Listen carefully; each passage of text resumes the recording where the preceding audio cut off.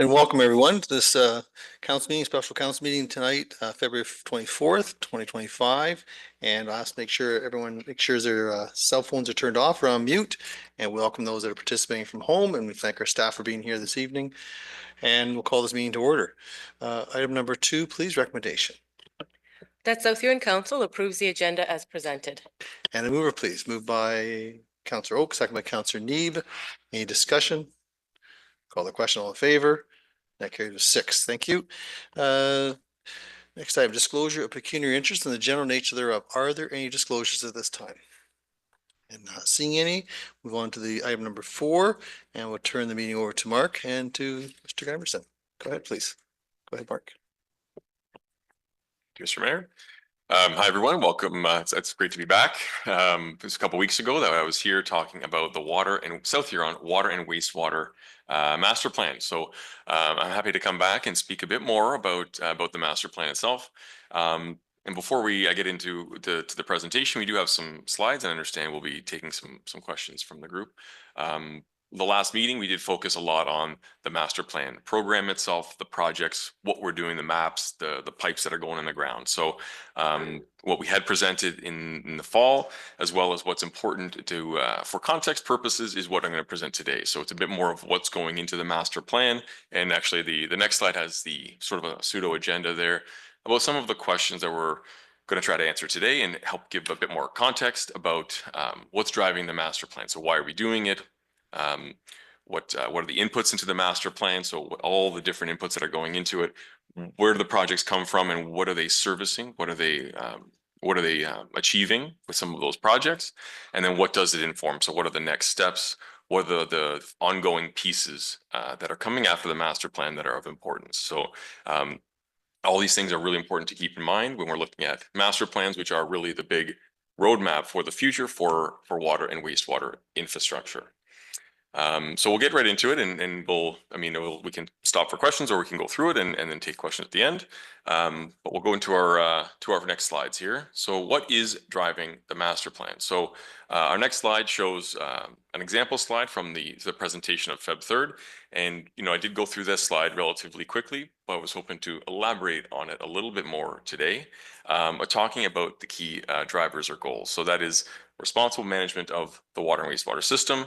A key item for the master plan is obviously planning for build out. The planning numbers come in through the official plan and down from the province, and really that is one of the main drivers of the master plan.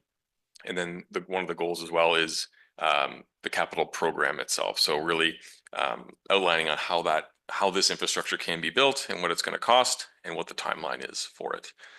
So we'll go through into the next slide, and that'll elaborate a bit more onto some of these other items.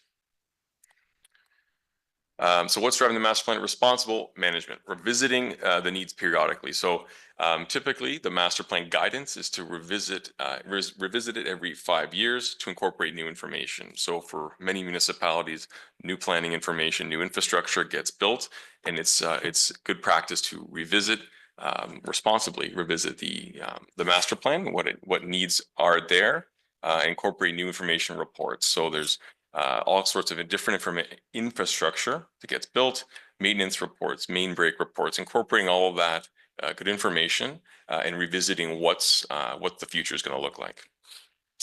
As well, looking at future planning numbers as evidenced by the new updated official plan. So we need to revisit those planning forecasts quite often to make sure we're still on the right track and we're steering everything for the water and wastewater in the right direction. For supporting other needs, so looking at how to fund it, continuing to maintain updated rates, water rates, development charges is a key output. So we need to make sure that we're continuing to stay accurate with those rates and making sure that the municipality is collecting the right amount of funds to keep the system going.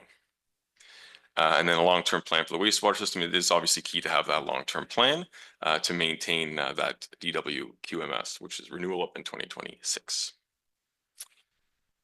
Next is the planning for build out. So one of the other key drivers obviously is the planning for build out. So looking at development pressures, which are common across all municipalities within Southern Ontario, it is really important to have responsible planning and integrating that planning with the infrastructure that you're building. So using that existing infrastructure where you can to service growth, but also making sure that that all of the development or potential development is accounted for when we're planning and we're putting the lines on the maps and we're making sure that everything is making sense out to the future. Next, when we talk about water supply and treatment capacity, so both on the water and wastewater side, the treatment forecasts that we project for municipalities are really critical. They are the big ticket items. They are the most costly. They take the longest to implement. So really having a good foresight on when that threshold is reached, when a capacity increase is needed, is really critical. So as you notice probably from the capital plan, those treatment capacity upgrades are the biggest ticket items. So really they are important to include in that planning for build out and making sure we're proactive there. So we can be flexible that when the big business comes, we can accommodate it, or when a new development comes online, we're able to have the treatment capacity and we don't have to hold up and we have the capacity to accommodate them. That builds into the flexibility. So flexibility in your servicing strategies are key. So you can be responsive. You can, when the big business comes, you're not left putting them on pause. So that you can build your capacity. So you've got the plan, it's there, and it can be implemented when needed. Sorry, I'm going to go to the capital program development next. And really, this is one of the key outputs, again, is this capital program you have a lot of projects, you have lots of programs that are underway. So you've got street reconstruction, you've got water main replacements, you've got all sorts of different developer and developer inputs. And the master plan really tries to do is to bring all that together. So what we noticed, and we have a slide later on that talks about the road program or the rehab and the state of good repair, but really this master plan tries to bring all of that information, bring it all into one master plan. Exactly. So really coordinating all of that is key here, and making sure that it all matches, and you can do it relatively seamlessly, and you're taking advantage of one project occurring. So the mutually beneficial project, one project occurring on the road right of way, you can optimize that.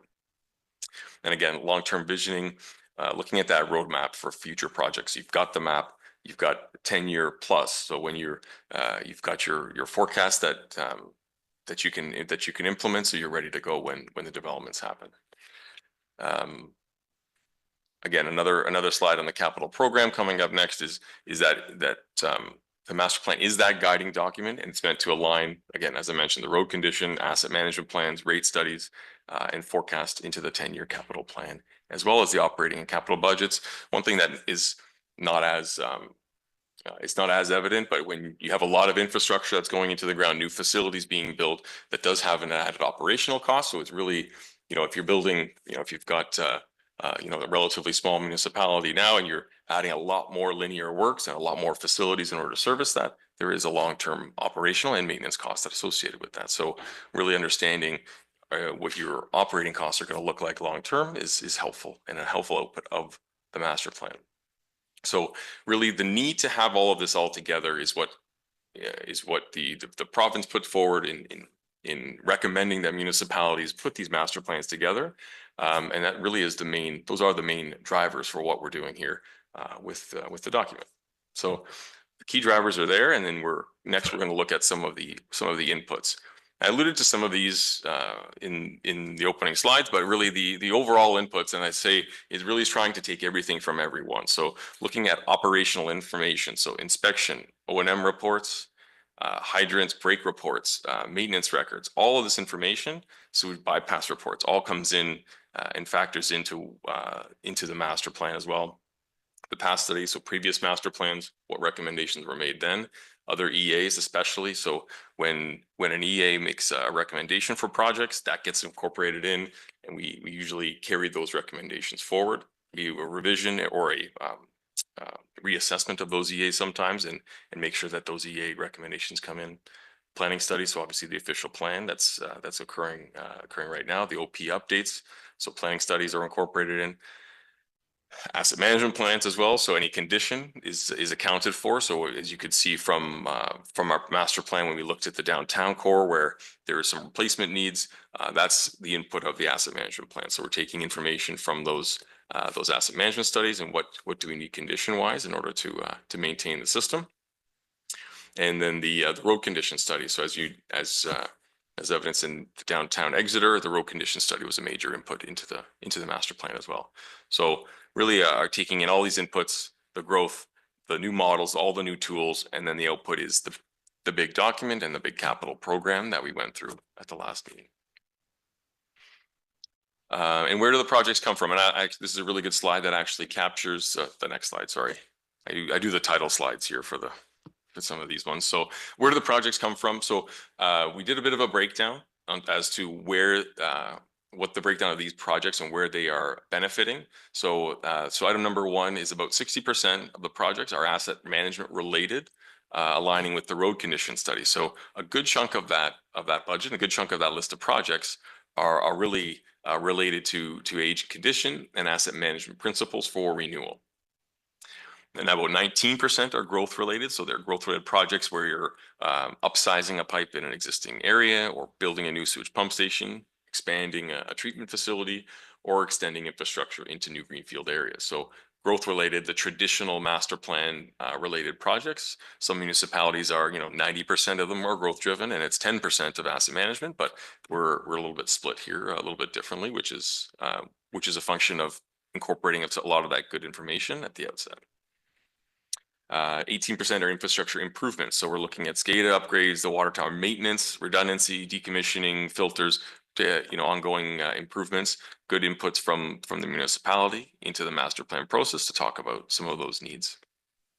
And then 7% related to fire flow. So improvement of the pipe sizing or the pipe velocity to get more fire flow through the hydrants. And then 4% are the rural water main replacement projects. So a good breakdown that shows what the split is. And this ends up being factored into the project costing splits at a subsequent step, which is the DC. So when we're looking at development charges and how we're funding some of these projects, again, the rate study looks at where the funding comes from, and so does the development charges. So this is a really key, although the project list and the map itself is quite substantial, this is a good key breakdown on a project by project basis to determine where the funding is going to come from, and that happens at these next steps. So understand there's a rate study that is sort of in the middle of the process at the moment, and then after the master plan is typically another process, which is the DC process, the DC bylaw update. So what does the master plan inform? That's a good segue into what the master plan informs. We've got our little graphic here, and I believe this was in the fall presentation as well, but it's important to remember that this master plan is sort of at the top to set this big roadmap, to set the stage with the big program, several projects that incorporates everything and informs several different items. So, the capital program recommendations do inform the development charges process and the utility rates, as I mentioned, just at the bottom left. The annual water wastewater project, so that 10-year capital forecast. So this is all blended together in that green arrow. The servicing strategies are looking at system capacity, so the official plan land use analysis, the water wastewater projects optimization justification, and the O&M management program. And then on the right side is the analysis tool. So looking at the infrastructure design support, development capacity review. So how much capacity do we have in the system when we're looking at models? So a wastewater model and development comes in. That tool should tell you how much spare capacity you may or may not have at the time. And then, following that, determining if any upgrades are required, as well as the drinking water quality management system and the CLI ECA. Okay, we go next, the next slide. This really further elaborates on what that informs. So again, as I mentioned, the DC, the rate study, financial plan, ongoing operating budget, the big important one being the 10-year budget forecast. So making sure year to year in the next 10 years, we're making sure that the right projects are being done and they're prioritized at the right time and for the right reasons. Not only that the municipality has the money to be able to pay for it. And again, informing the official plan update, which is sort of in conjunction with the master plan itself. And then the next slide as well is further informing operation and maintenance decisions. You know, if we've, for instance, if we've got an existing sewage pumping station that needs major maintenance, major updates, and big investments, but there's going to be a new pumping station built in the next 5 years, maybe you'll adjust what you're going to do for your maintenance plan on that pumping station accordingly, because you're going to be placing it or decommissioning it in the next couple of years. Development reviews, the master plan will inform development reviews, whether we've got capacity for any given development in certain areas. Provide infrastructure design support. So when you go to design a pipe, you'll be able to refer back to the master plan itself. Why are we building it? What's the size? What are the drivers for this individual project? And are the assumptions that the master plan made still consistent? So a lot of times when you go to design, that's, you know, what are the origins of the project is really, really important. And we can come back to the master plan list and remember and you know, look it up and say, this is the design basis is very key for that, the detailed design of these projects. Looking at further down the list, the EC applications review and approvals, the drinking water license renewal, and then grant funding applications as well. So all of these next steps, a lot of times that one master plan, the big master plan document does get referred to quite often as we move forward in all of these next steps. Went through quite quickly. It's only 15 minutes. I hope I didn't go too quickly, but you know, we wanted to leave a bit of time for a lot of the questions. So again, big document, and there are lots of next steps that occur afterwards, and hopefully we can shed some light on what's going to happen. Great presentation. Any questions for Mark at this time? Not seeing any. Okay. Move on to the next part of the next report. Be great. Well, do you have anything at all?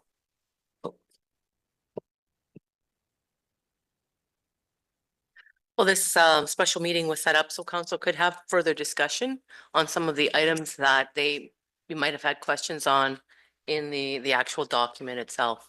So Mark, that provided an overview of kind of the background and what the basis is for the water wastewater master plan, but council can have their discussions now. Are there any discussions? Councillor Oak? Yeah, just thank you, Mayor. Just one of the questions I had, and you know, we've got the water and wastewater master plan here, and we're going through the official plan at the same time here.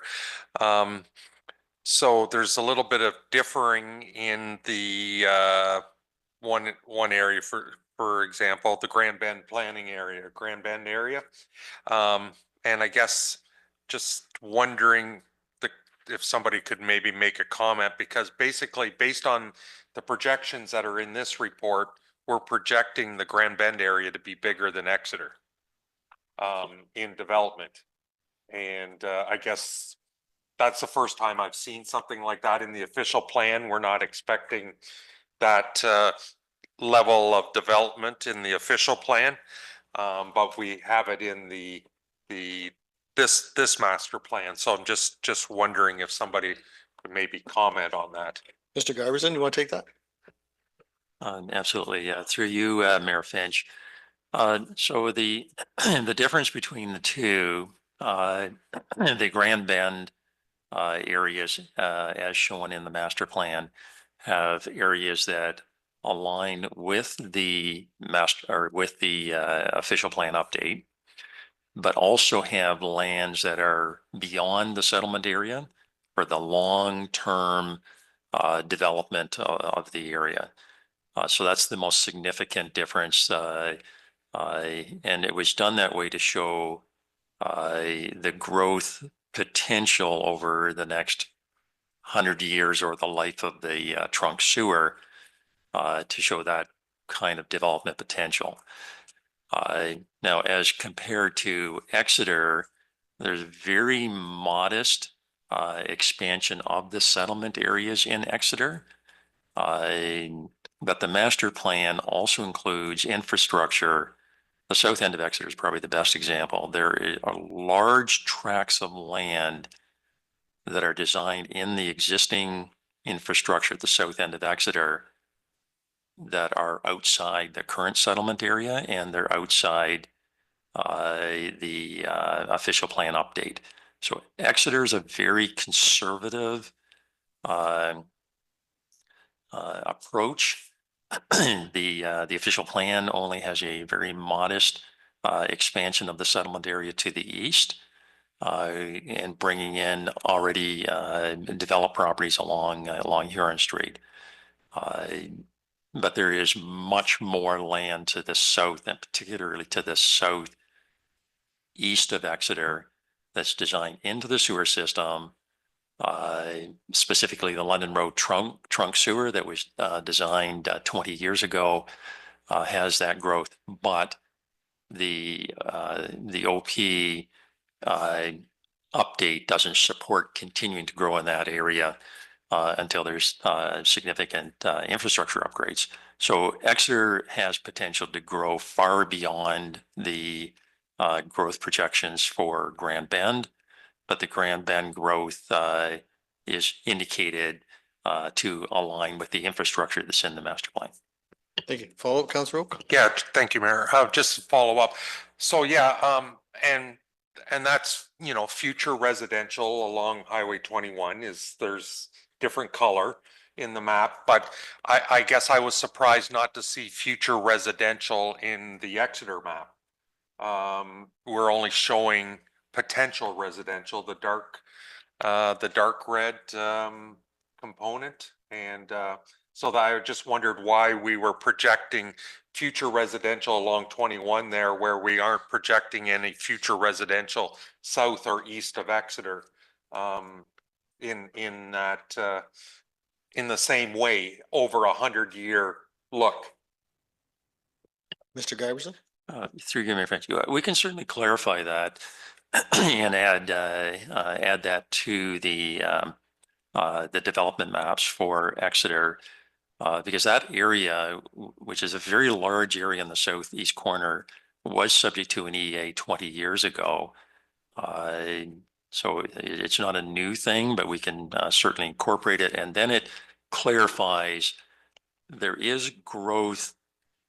Exeter has more potential for growth than Grand Bend. Grand Bend will max out at almost what you see proposed in the master plan.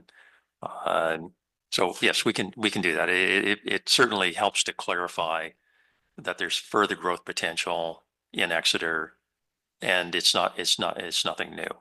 It's not a new thing. Thank you, Mr. Oak. Go ahead. Yeah, thank you, and thanks. When I see the chart there showing that Exeter is going to 6,100 and Grand Bend to 6,700, I go, that doesn't make sense. Why are we projecting that? And in my mind, because there is potential over 100 years, in both, and I guess we're just not showing it on the Exeter map. That's all I was wondering. Thank you. Councilor Need, go ahead, please. And just to clarify, sorry, through the chair, that's due to the current infrastructure that we have. That's the reason why it's mapped the way it is because it's based on what we have currently and what's been projected in the master plan. Mr. Giberson? Yes, through you, Mayor Finch. Yes, it is shown that way for that purpose, but we can certainly add more clarity so there is no confusion that Exeter has potential, even based on the infrastructure we have. The London Road South trunk sewer is that anomaly where without the bottleneck being replaced,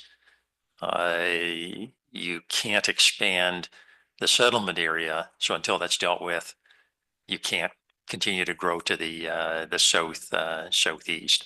So we're kind of in a bit of a chicken and egg question here.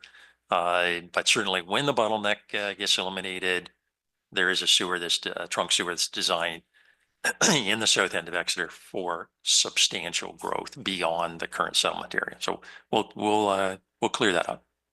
Thank you. Any other questions? Councilor Vaughn?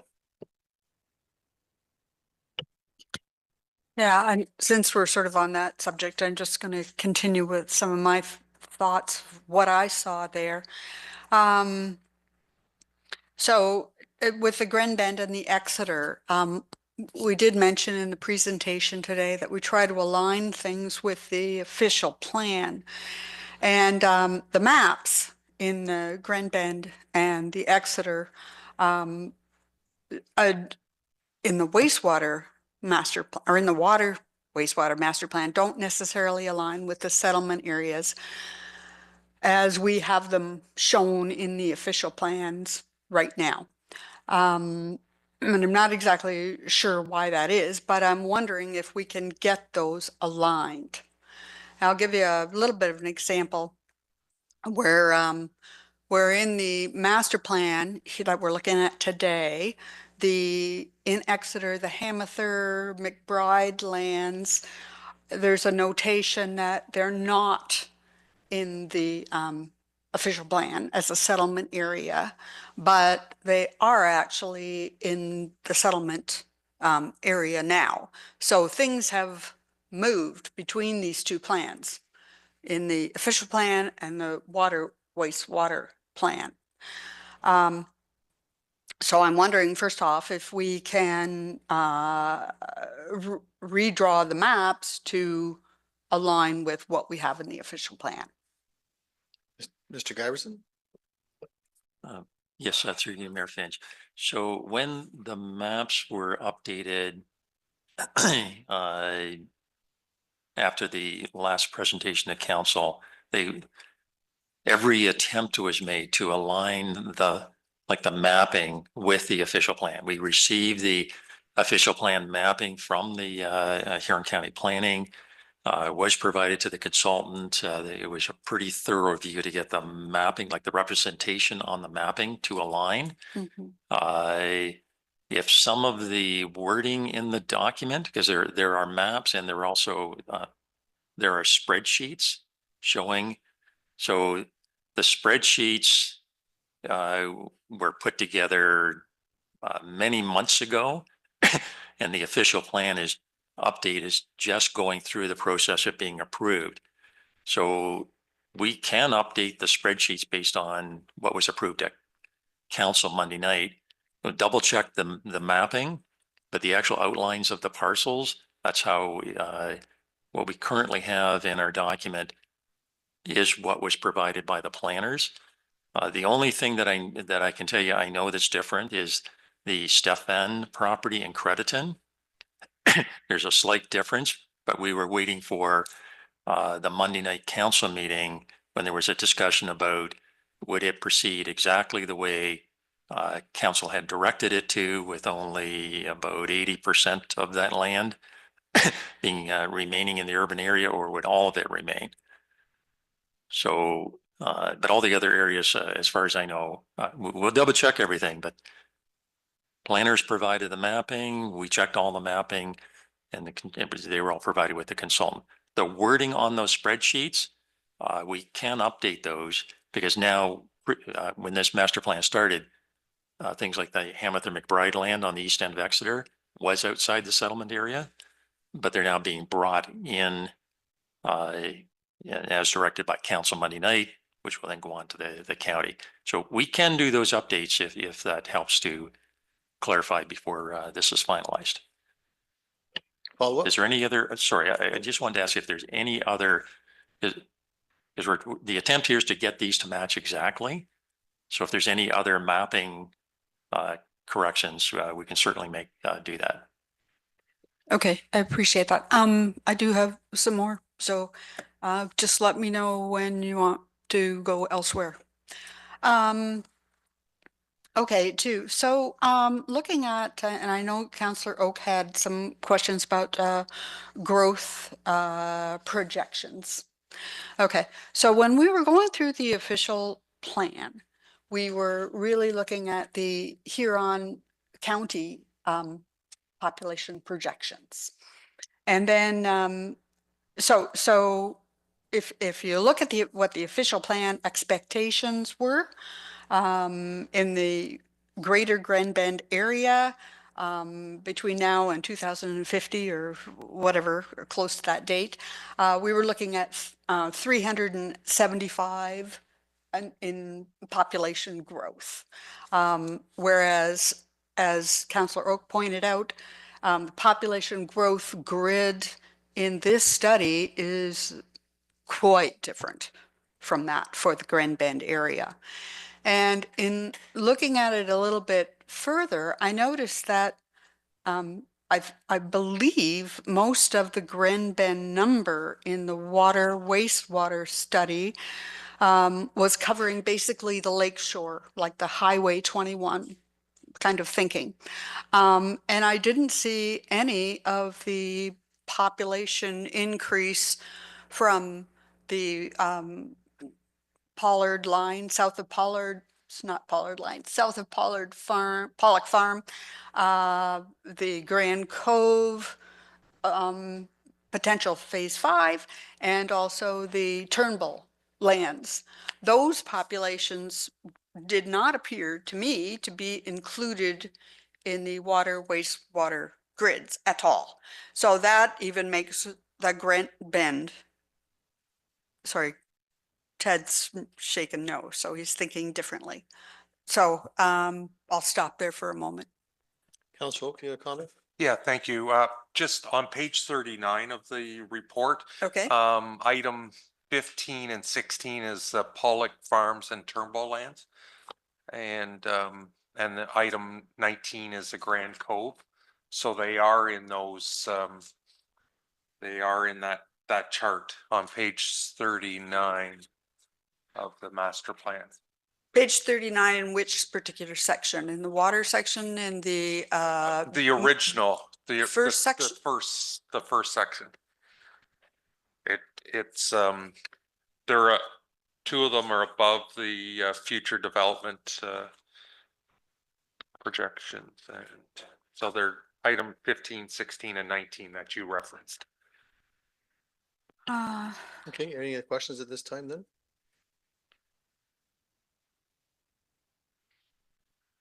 Councillor Oak? Yeah, thank you, Mayor. The new water tower at the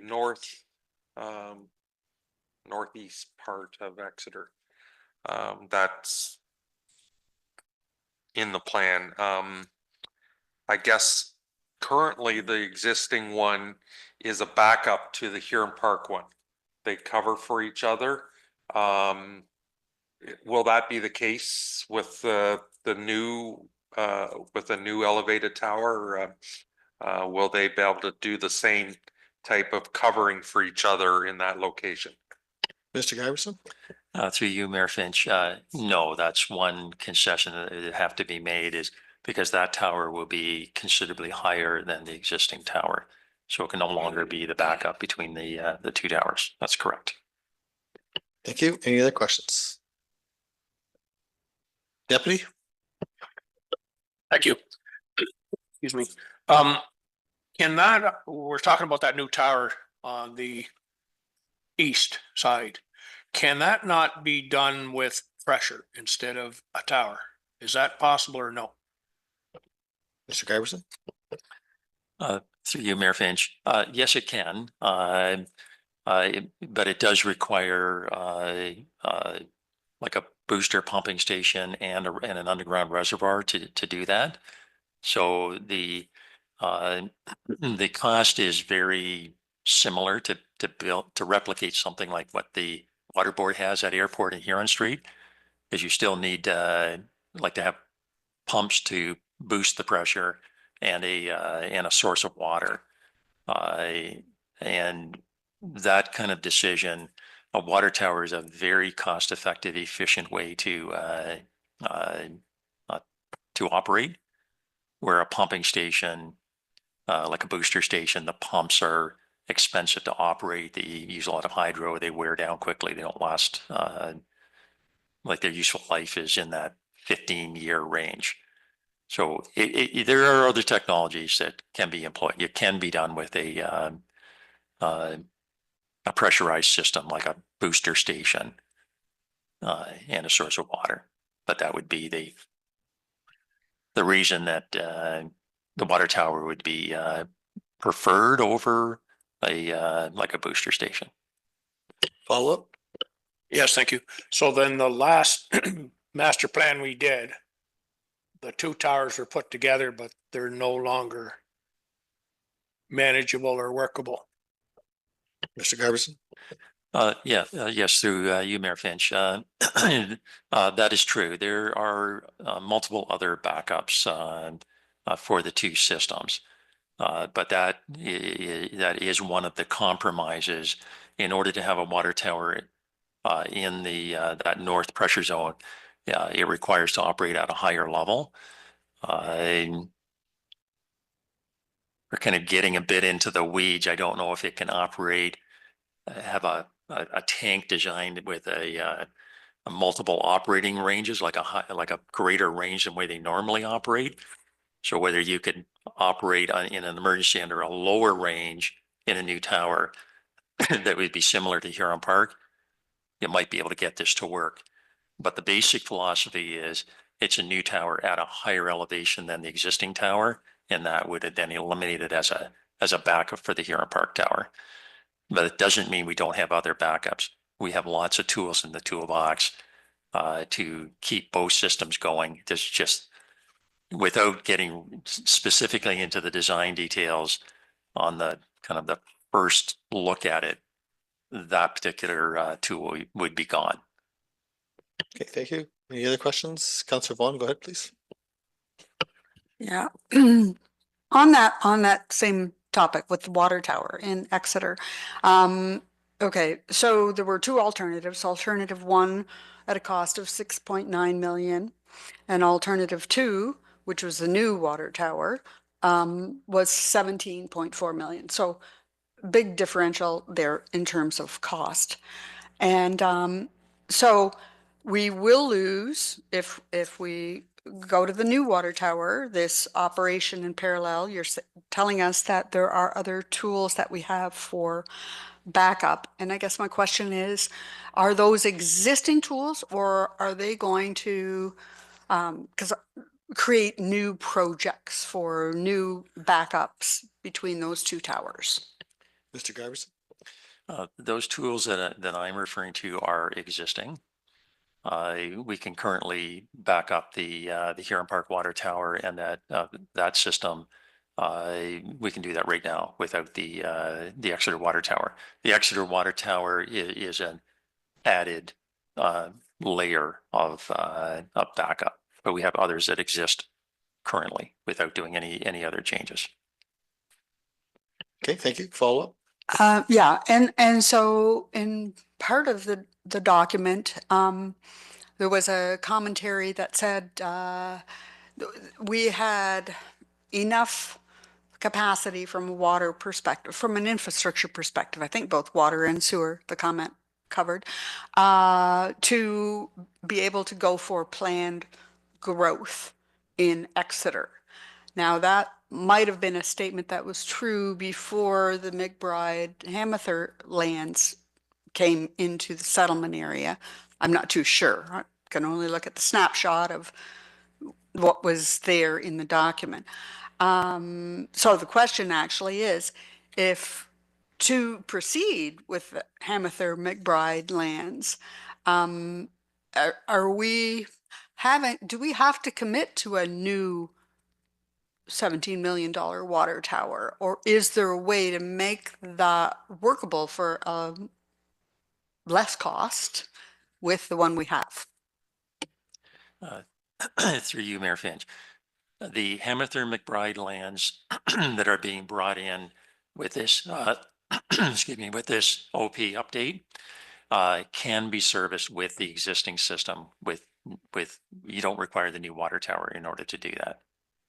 That's one of the reasons it's being brought in to the extent that it is, so that extension of the settlement area to the east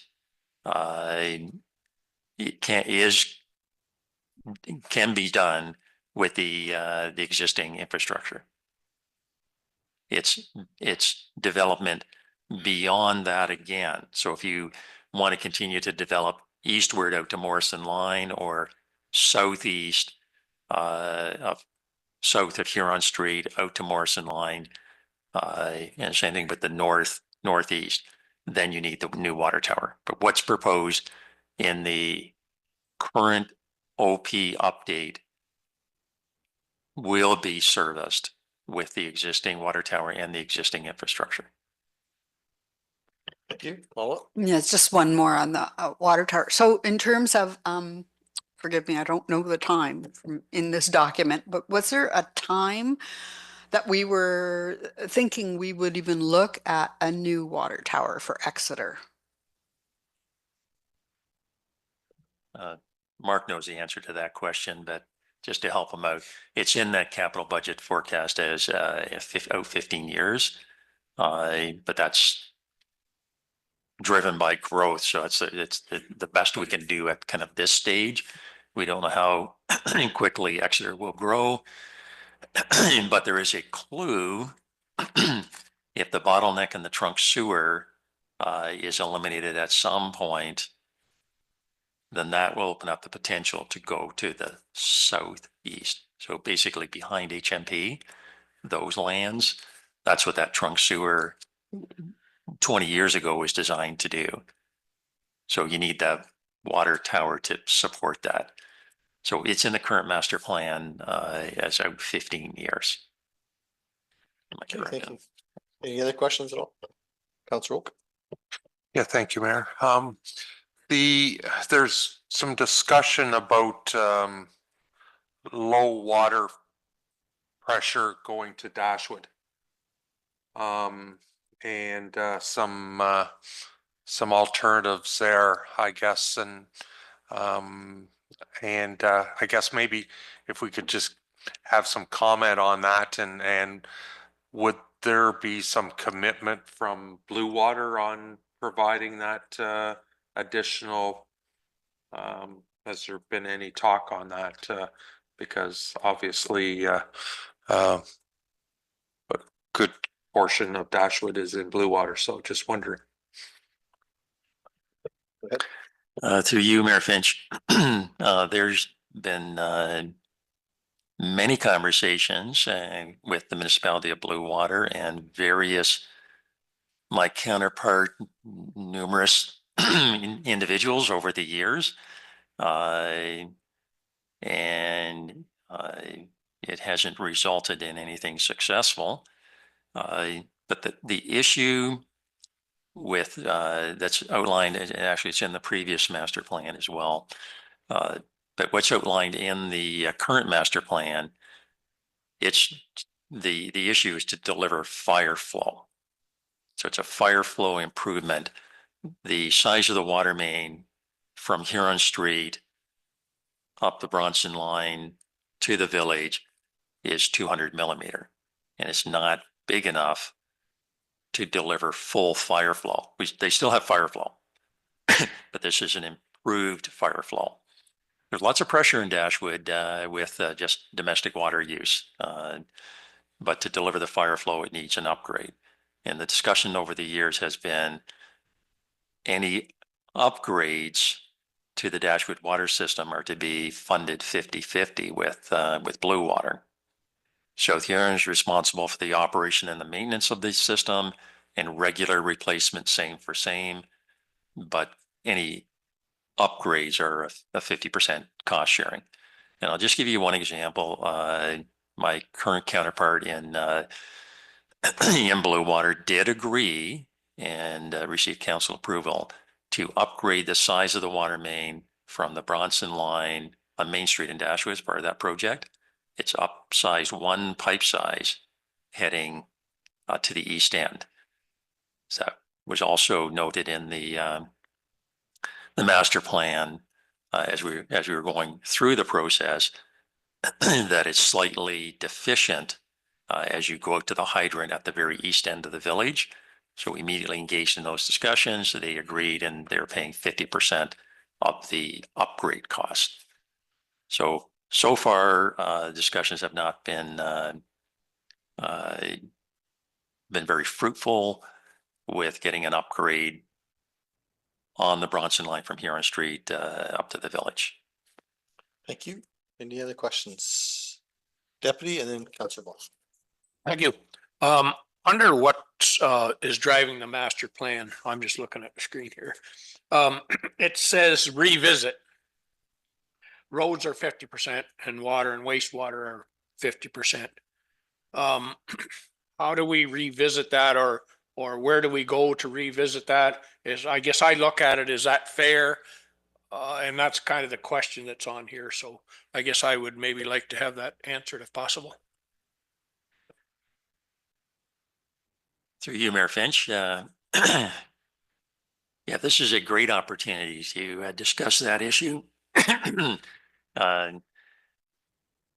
Because water and wastewater have been funding, and I'm not sure all members of council are aware of this, but water and wastewater have been funding 50% of the road restoration costs for at least the last 15 years. It originally was the direction of council to fund the restoration, but not including the surface asphalt and not including any upgrades to the road. So if a road is not curbed or if you rebuild it and you widen it, the upgrades were not to be included. But that has evolved over the years to, and it's been in place, it's easily the last 10 years, that water and wastewater pay for 50% of the road, including the surface works, and but not upgrades. The road budget does pay for if there's anything to be upgraded, sidewalks added, expanded, curbs added, or a road widened, a left turn lane, for example, if that's all paid for by the roads. But 50% cost sharing, that's on the rather generous end to put on the water sewer ratepayers. They don't all benefit from it, but that's the direction that we did receive from council. I will add, I am very familiar, having worked for another municipality, that some municipalities, the entire restoration cost goes with the infrastructure that proposed the project. So if it's proposed as a water main replacement, they have the pleasure of paying all the restoration costs, or if it's a sewer project. If it's proposed as a road project, this is the way City of London does it. If it's a road project, all the costs go to the roads. But there's an extra burden on the water and sewer rates to pay for this. It's also not a well-known fact that the debt we're carrying also includes a substantial amount of road work and storm sewer work. So there's been many comments made over the years about all this water sewer debt. I'll give you one specific example. When Huron Park was reconstructed in 2008, and the entire cost was debentured to be paid by, at that time, with the province, and now paid by a private developer to the tune of almost $7 million. That was for a complete rebuild of the Huron Park residential area. The entire debt went on water and sewer. So that included the roads, storm sewers, catch basins, curbs, sidewalks, everything. So, and there's other examples. So water and sewer at South Huron has been carrying the financial load. So when there's discussions about the rates, this is an interesting information that all members of council should be aware of, that debt that's being carried and the share of the capital cost, it's being borne by the water and sewer ratepayers. So, but we'll take any direction from council on whether they wish to continue with that. This entire program is built on maintaining that. The alignment with the The road condition study is a best management practice that's carried out by many municipalities. It is a NRC best management practice to, when you're rebuilding a road, to rebuild the infrastructure. So this is a well-known best management practice and most efficient use of all taxpayer and ratepayer money. But we're looking at the shift around of the money. There are higher rates that are being charged because of carrying things that are not normally associated with water and sewer. Thank you. Deputy, go ahead. Thanks again. Just, I want to ask the question, where do we go to take a look at this to have the discussion on it? I know tonight's not the night, and I understand that, but I think this needs to be maybe discussed. So I'll leave that and someone can maybe bring that up at a later date. Thank you. Mr. Giverson. Yeah, through you, Mayor Finch. As Mark was explaining the master plan, his entire presentation was about process. This document, not the old one, but the new one, it's a roadmap of how you get there. You use it as a tool. So with this discussion about, is it appropriate that water and sewer continue to fund 50% of the road restoration? Is a great discussion with the budget. So the budget discussion is coming up in a matter of a few mere months. Looking forward to it. And that's that is the opportunity to discuss whether council wishes to continue with that or wants to make some sort of change with the, less of that funding. And it is a trade-off. It lightens the load on water and sewer rates, but it shifts the load onto the tax levy. Okay, thank you. Councillor Neath. Thank you, Mayor Finch, through the chair. Are you aware of any other municipalities that might have a more equitable division of those costs? Or is it a matter of like, in some way, someone has to give more than either the users or has to go on the tax levy? Mr. Giverson. The one I'm most through you, Mayor Finch, the one I'm most familiar with is the City of London. And it's driven by the project. So whoever's doing the project, they pay the restoration costs. But I can give you other examples. Our Connecting Link agreement that we made with Lambton Shores. We built a sewer joint with Lambton Shores. They paid all the restoration costs because it was a Connecting Link project and they received 90% funding from the MTO. We did the same thing on our Connecting Link project on Main Street North. So there are other models there, but it's a bit of a mixed bag all around the province. But what is most common is whoever's initiating the project gets to pay. Comment, Mark? Through Mayor Finch, I'm not aware of any other examples in detail, but certainly happy to do some research if you guys like. Thanks. Okay, thank you. Councillor Oak, go ahead, please. Yeah, thanks, Mayor.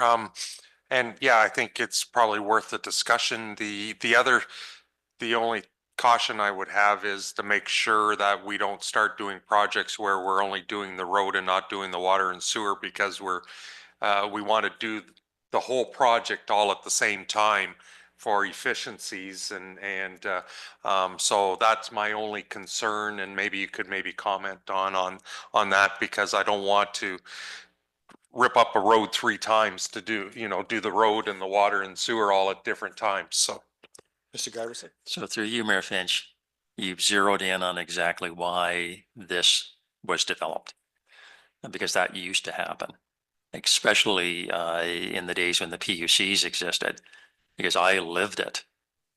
I lived through the London PUC going down, ripping up a brand new road to put a 36-inch water main, and it was just horrible. You can go to roads where there's a patch, follow down the road where the water main was replaced. So that is one of the big, and it happened here in Exeter as well. So this is one of the things that it gets much better control over, that you're doing a proper job. Whether it should be 50, I think the concept is sound. Whether it should be 50% is up for debate. Thank you. Deputy. And I agree. Oh, thank you. I agree.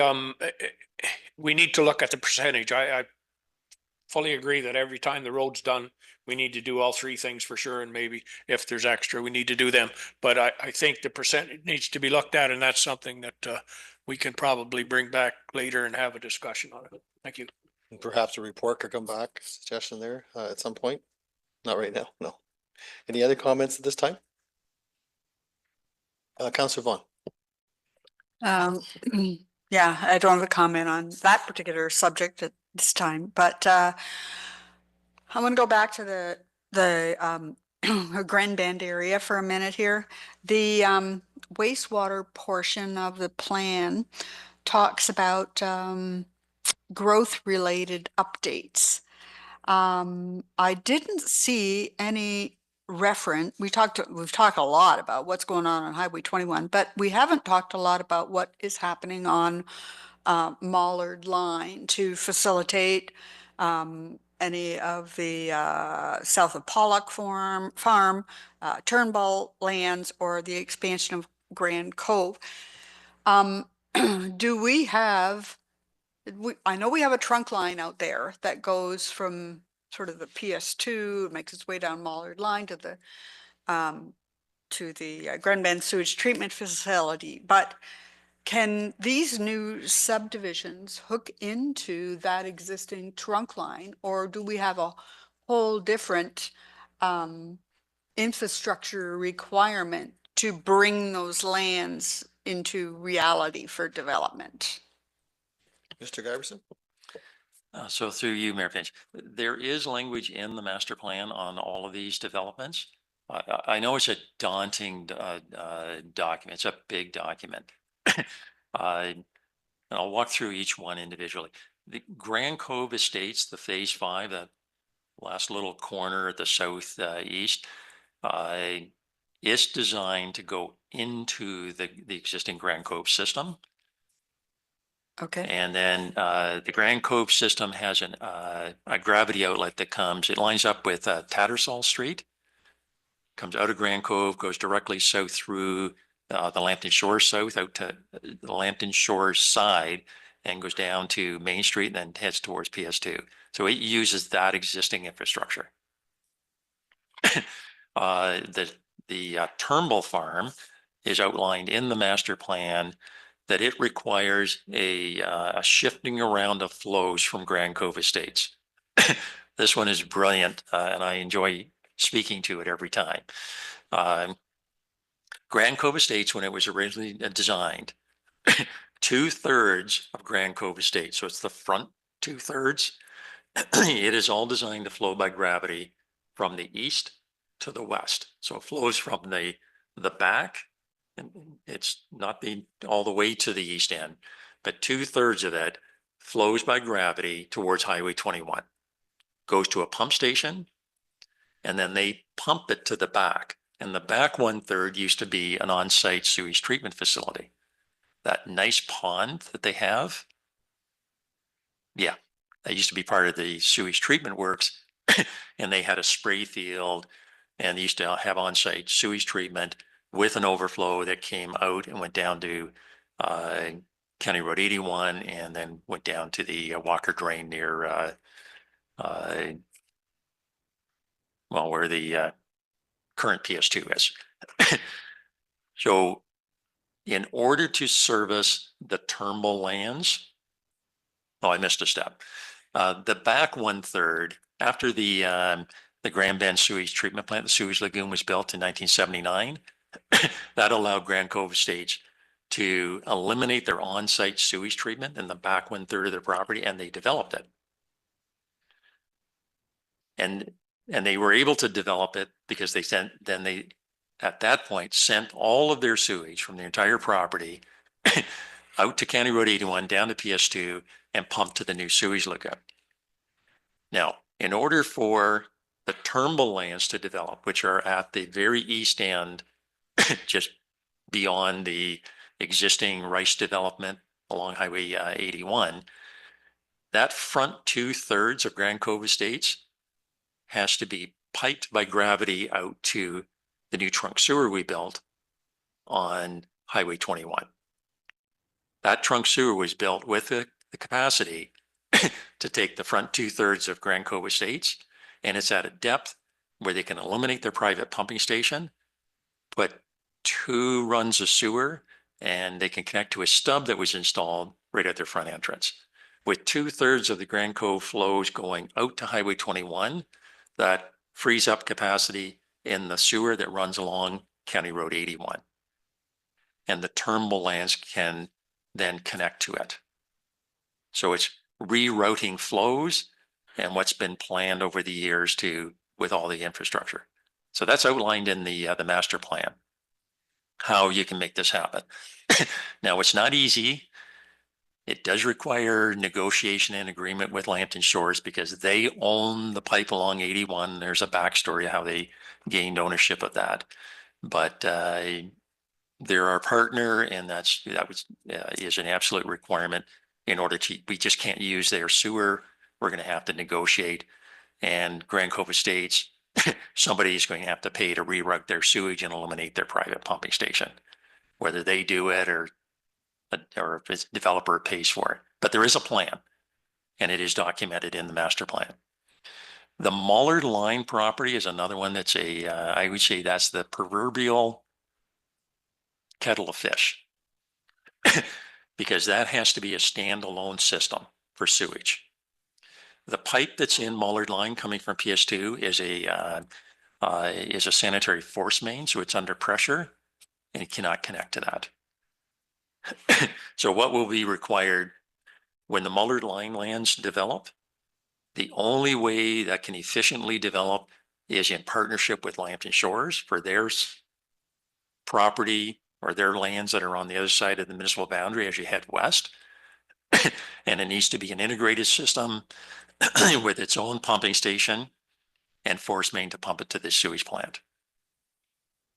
It also will trigger a plant capacity expansion because that plant's not designed for that. It was never even a consideration. So the Mullard Line lands are very challenging to try to develop them because you can't do it without Lambton Shores, and you've got a fully integrated system, and that's only sewage. Water's got more challenges. So in the master plan, we have outlined that Mullard Line development has to be integrated, and it is a partnership with Lambton Shores. But of all the parcels around Grand Bend, that's the most difficult one to develop. If you're going to kind of put them in order of priority, that is the toughest one to do. The Turnbull lands would be the next toughest one to do. You get a few moving parts, but you can do it. But you need an agreement with Lambton Shores. The Pollock lands, which is now owned by Medway Homes, on the north side of the Desjardins drain, is a fairly easy integration because it can be added to his existing condo site. And Lambton Shores have already agreed to do it, and they've done the planning for this. So there's a little piece at the kind of the back where he's building right now. Faces on Grand Bend Line between Gill Road and Mullard Line. When you start going south on that property, there's some developable land. It's north of the drain. It's just a small piece that can be integrated with his existing condo development without any difficulty.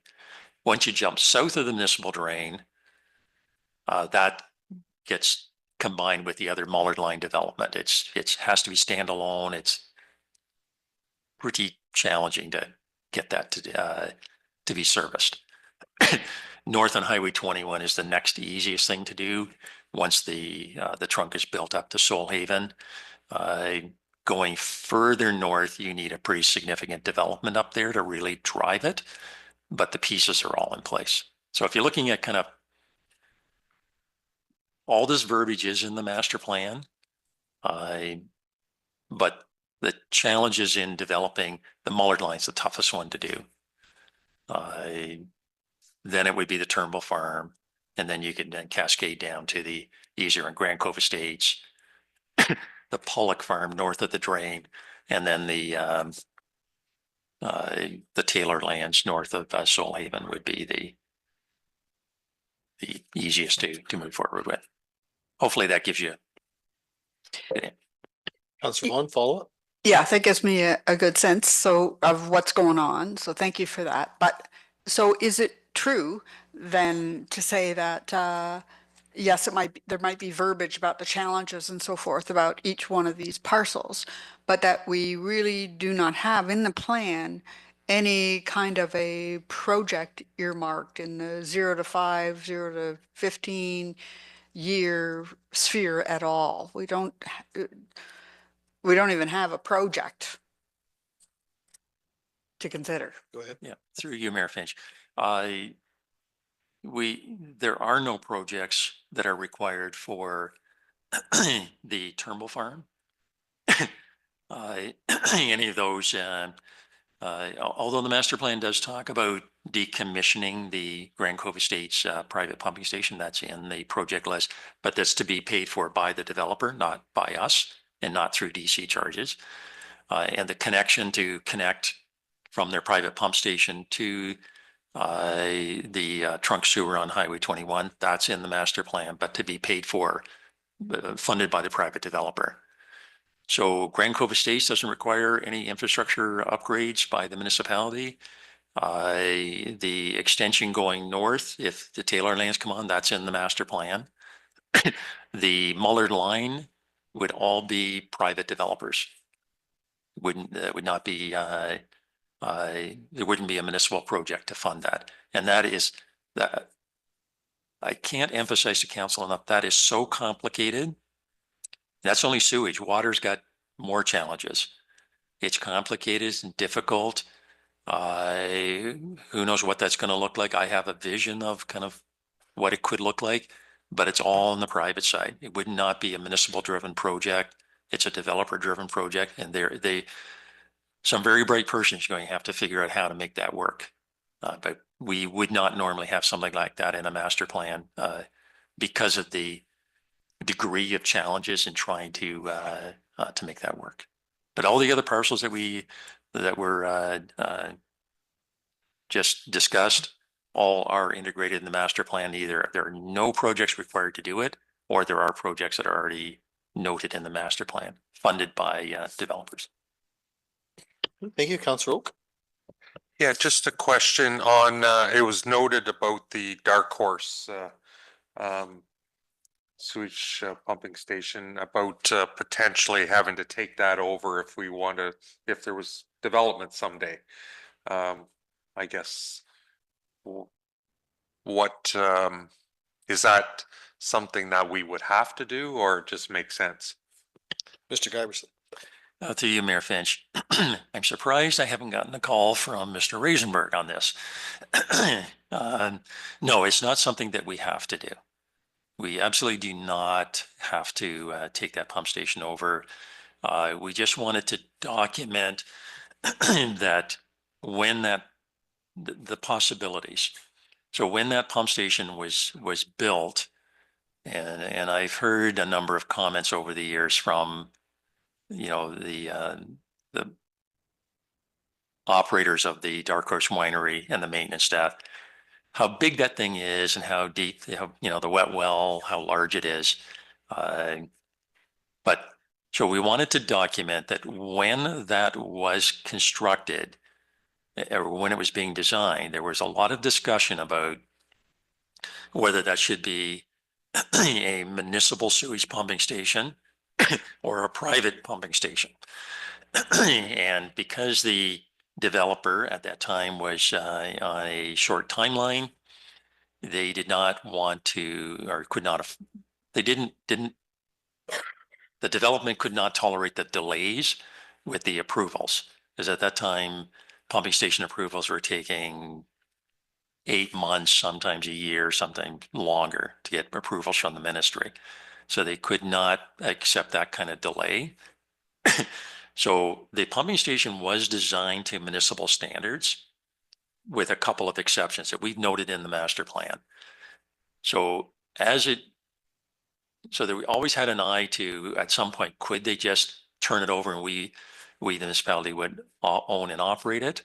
But as the project continued to evolve, and there were some changes in the project team for Dark Horse Winery, and they decided they would finish that pump station as a private pump station.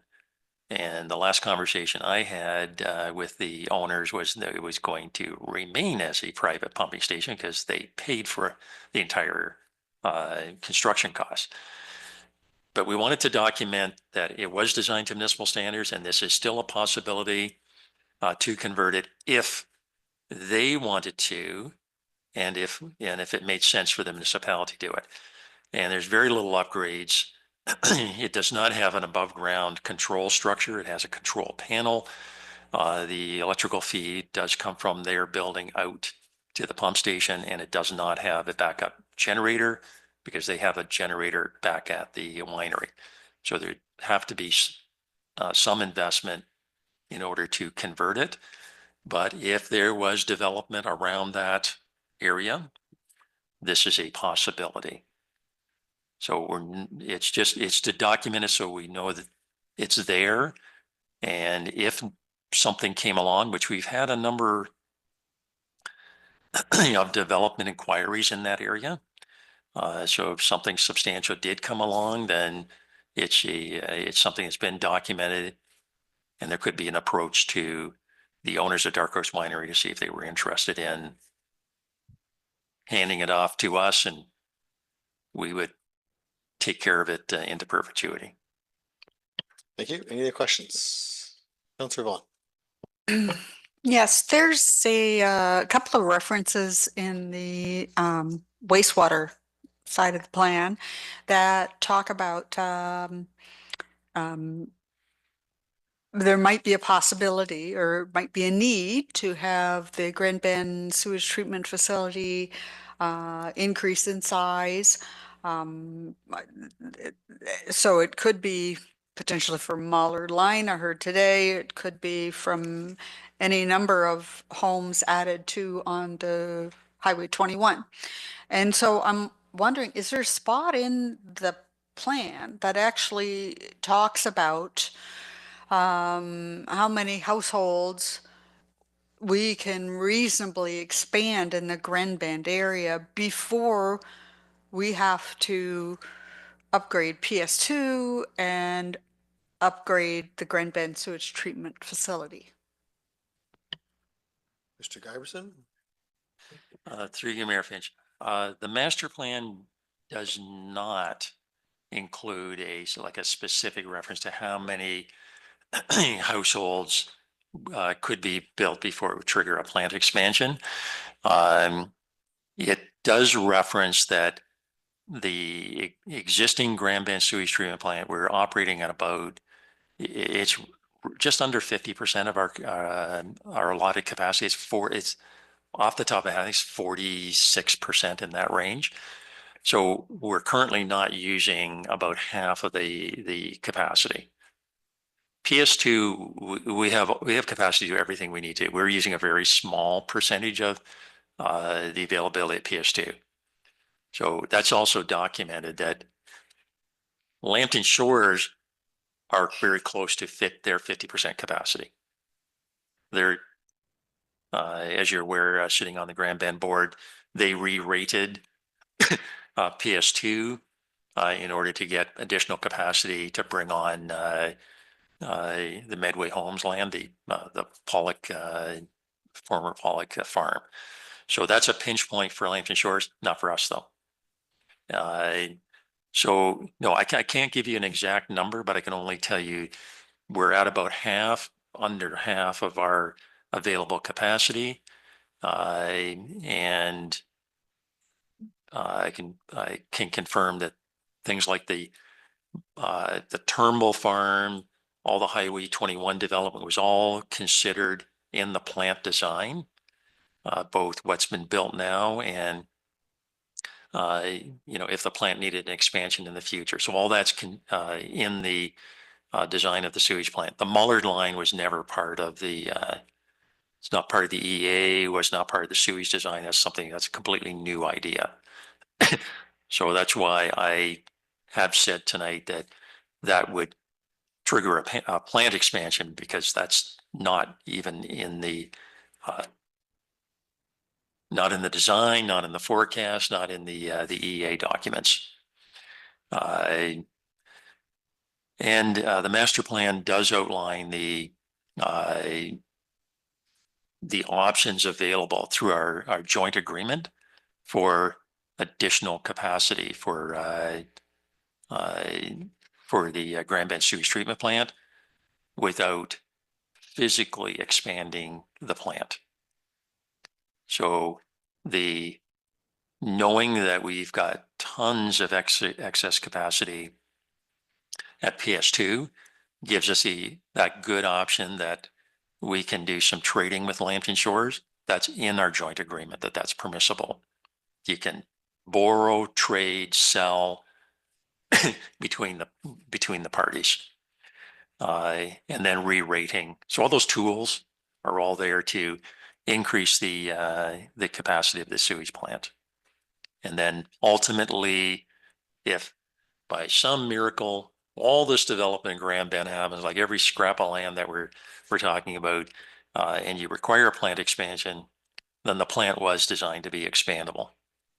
I have my work boots on because I did a nice tour of the New DiCarlo plant this morning.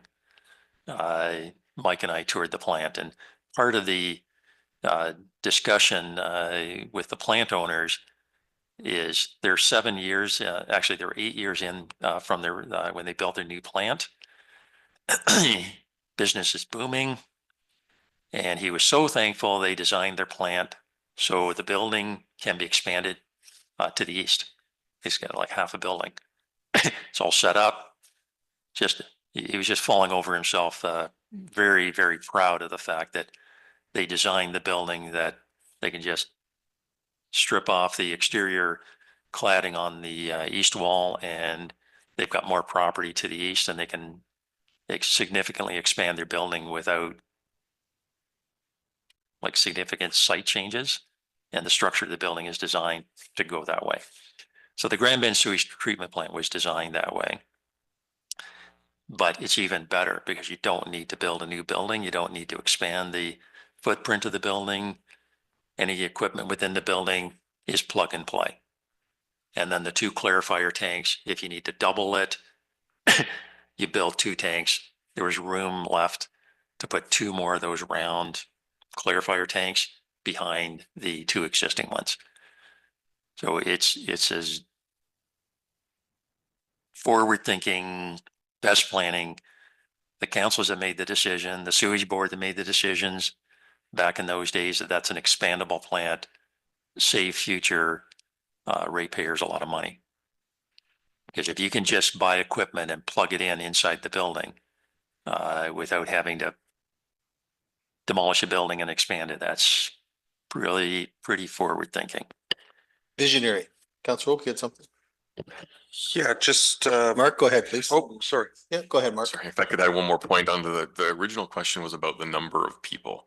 And that's would be a really valuable thing to have. And I just wanted to give my perspective there on that is that one of the reasons we do master plans and frequently review these projections when development comes online is to make sure that we're trending in the right direction, that we have the right amount of capacity, and that we have enough foresight to do those expansions in the right amount of time.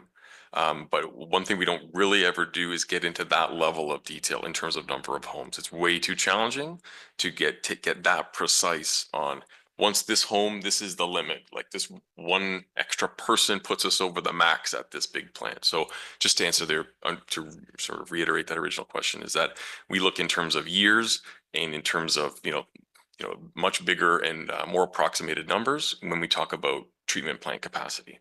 Smaller sewers, little local level sewers and water mains, we look at it in a bit more detail and we narrow it down, but a treatment plant is really not looked at in that way.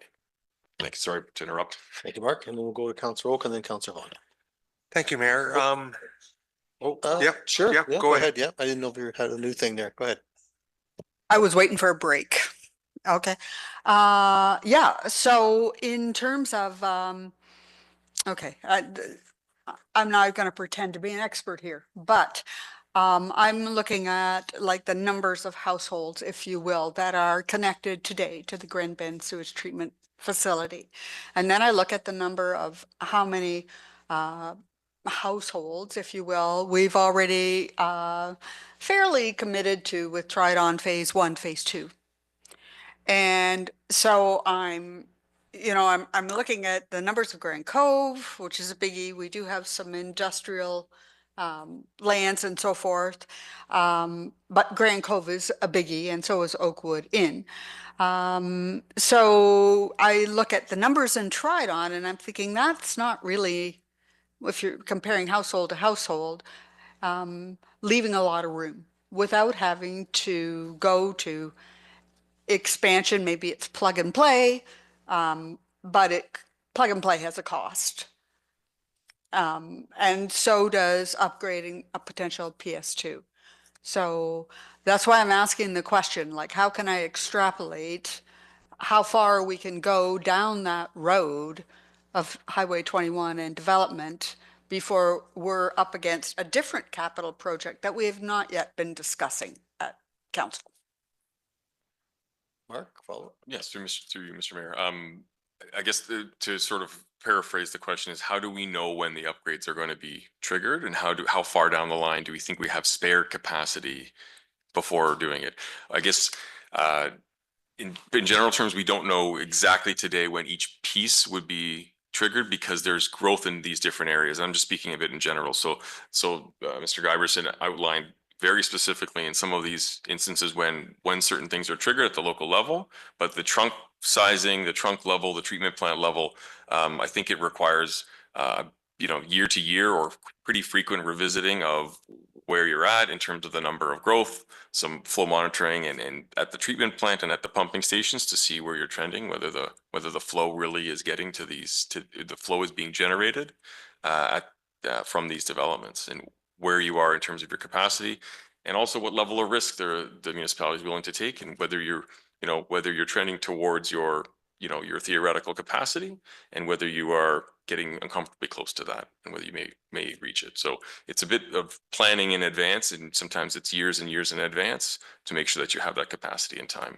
But it really isn't. It can't really be quite as simple as it's there at this one day. You do the upgrade, then you get that bit, that little bit more capacity. It does need to be a bit of a dynamic process where you're looking.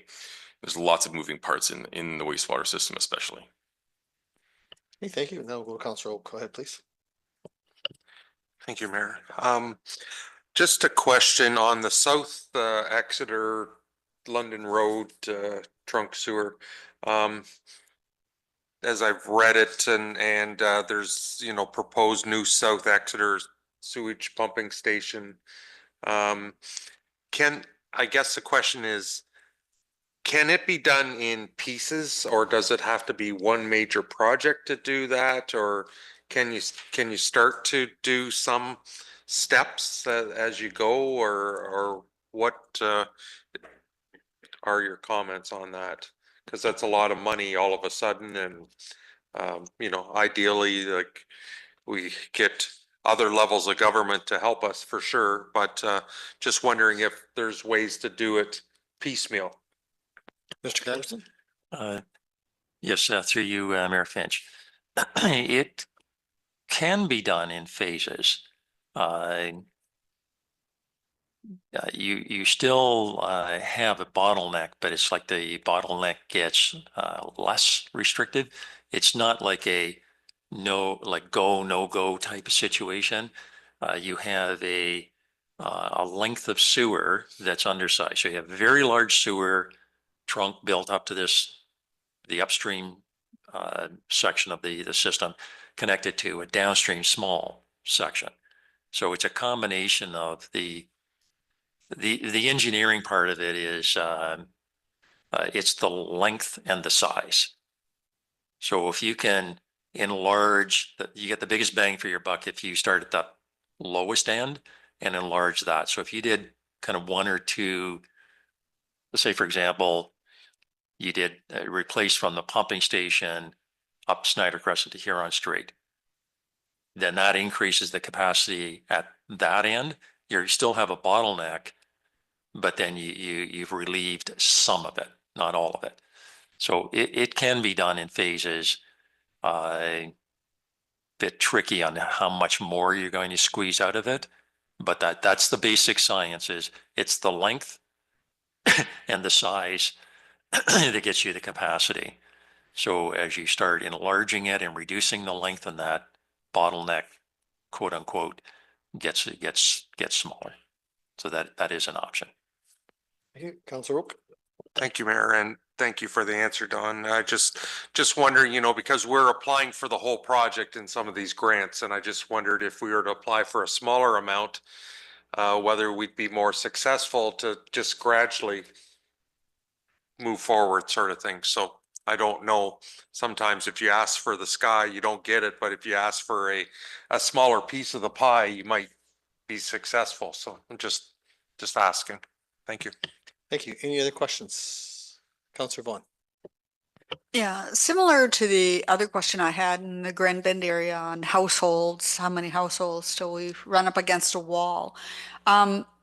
We also have a situation which may or may not totally come to fruition in Crediton, where we have two large settlement areas, the Stephen property and the Crediton Village or Palin property, that both have designs on building and using some of the sewage capacity. And so in the course of some of the discussions through the official plan process, it has come out that maybe we don't have enough capacity to handle the plans for both of these settlement areas. And so it also makes me think, what's the breaking point there? Because I'd like to see our council continue on the path of development pace for development, as opposed to having users paying for incremental build out of capacity. So again, I'm thinking here, when we may have some decisions to make in a very short period of time because of pressure from potentially both of these developers. So how do we go about figuring the breaking point, if you will, in the Crediton area so we can have meaningful discussions with the developers about first come, first serve? I just don't feel comfortable with that as an answer. Mr. Giberson, would you like to take that? Yes, through you, Mayor Finch. So the Crediton situation is it's fascinating. It's very interesting. There are four components to the capacity. So there's capacity, capacity, capacity, and capacity, but they're all different. So the first one is capacity in the pipe. So we've always maintained with which is called the land to the north side of Victoria, and then the land south of Victoria. So the land south of Victoria, the Palin lands, it was designed into the pipe on Victoria. Clear as a bell. It's in the design notes. The entire, his entire development was designed by KMK Engineering in the 2006 design to all of his land to come out where he's built that first 5 houses. There's a future street to go in, comes out to Victoria, and it's designed in the pipe that goes from there heading east down to Victoria to the pump station. Absolutely true. It's there. The land to the north was not designed into that pipe. And any discussions with previous developers or previous engineers, there's been different people looking at the land to the north, the Stefan lands, and they were informed of this fact. Here's the design. You come to your own conclusions, but what we see and what and municipality hired KMK to do the design. So all previous discussions was they had to find their own way to the pump station. And they looked at alternatives of going directly east and negotiating with landowners to go east of their property. Don't go out to Victoria, but go continue east and go to the pump station. Now they come with this current proposal. I shouldn't even call it a proposal. It was a document to support their application to retain their land within the settlement area. That's the sole purpose of this document that was presented to the municipality. It's very, very important to remember the purpose of why something was provided, not what it's called, why it was provided. It was solely provided to support their case to retain those lands, the Stefan lands, within the settlement area, because with the official plan update, there were discussions about removing those lands from the OP. So this document was prepared for that purpose. It has one paragraph in it that speaks to the sewage capacity. And it talks about it. They can come out, they have an offer to purchase on a property where they can get at road access, come out to Victoria. They've done a 5-second calculation that there is capacity, in their opinion, in the pipe along Victoria, and there is capacity in the pump station, and there's capacity at the sewage treatment plant. But that is as high level as you can possibly ever get. That would not suffice for anything other than making a valid argument on why they should retain their planning designation. That's not sufficient for even getting draft plan of subdivision approval. It's not sufficient to ever approve a design, because they have to prove there's room in a pipe that was not designed for that property. So the pipe is the first challenge.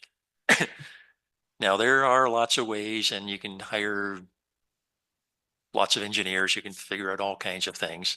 But that's the starting point is the property in the north side of Victoria was not designed into that sewer system.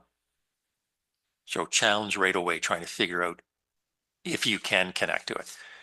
The pump station, even clearer, because there's a pump station design brief, and it's what the pump station was approved by the ministry on, and it as clear as can be says there are no specific properties designed into that pump station.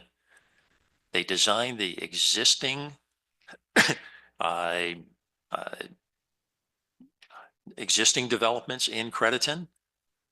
Like it has a specific number, so many existing homes were designed into the pump station, and then 20 years of growth, undefined. This is in the design brief for the sewage pump station. Public document.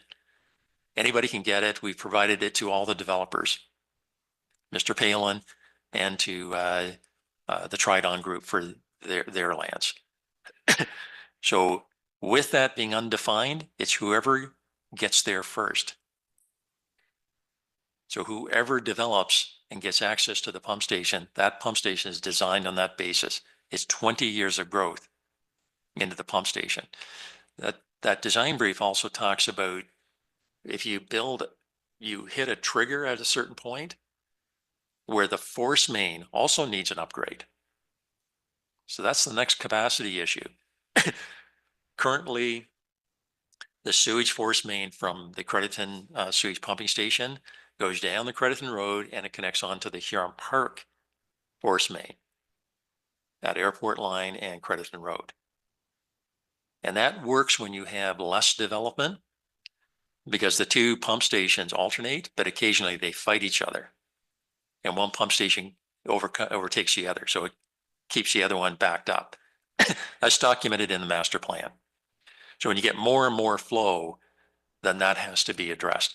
That is in the same document we provided to all the developers. You develop out to a certain point, they're going to have to address the force main issue. And then the last one is the capacity at the Exeter Sewage Lagoon, which we are using about 50% of the capacity. We hovered, I don't even, Alyssa knows this one off by heart.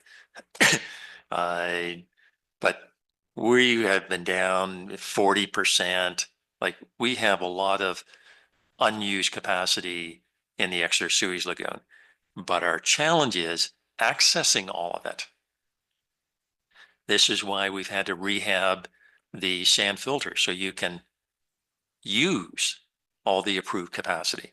It's why we propose the UV on the back end of the sewage plant so you can have increased discharge during the winter months.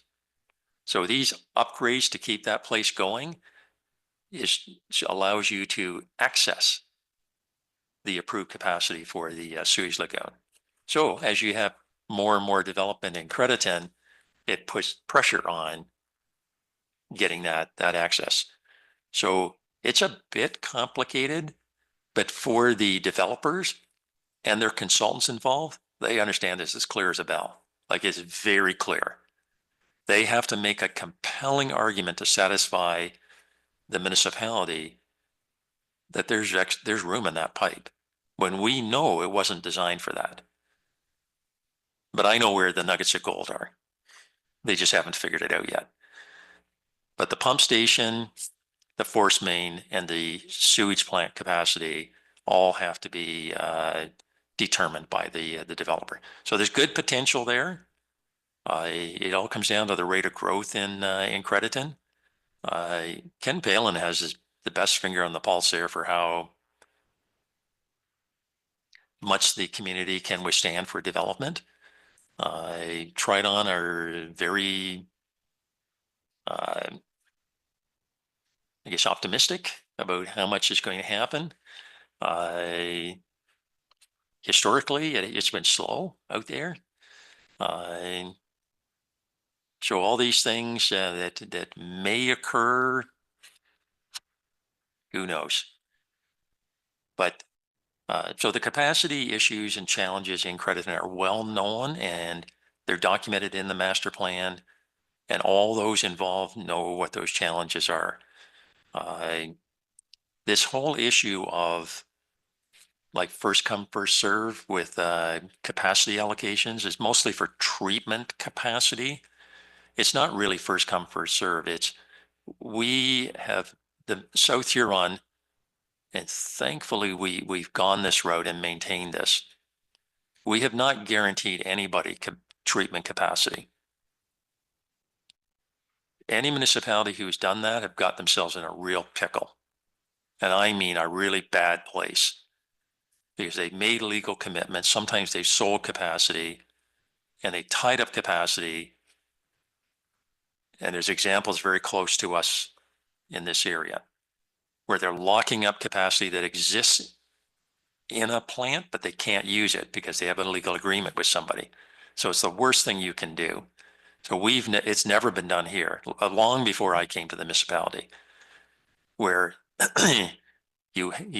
our capacity allocation policy for South Huron has always been, you bring a real development forward and you'll get capacity, but there's no advance agreements, no like legal agreements with somebody signing up to purchase capacity or lock in capacity for some development that may never occur. You do a real development, then you'll get capacity. Thank you, Mr. Giverson. Any other questions? Councillor Oak? Thank you, Mayor. I noted in the plan, there's comments about the I&I. And I guess just wondering, comment on how, you know, it's becoming more and more of an issue to take capacity away from our whole wastewater.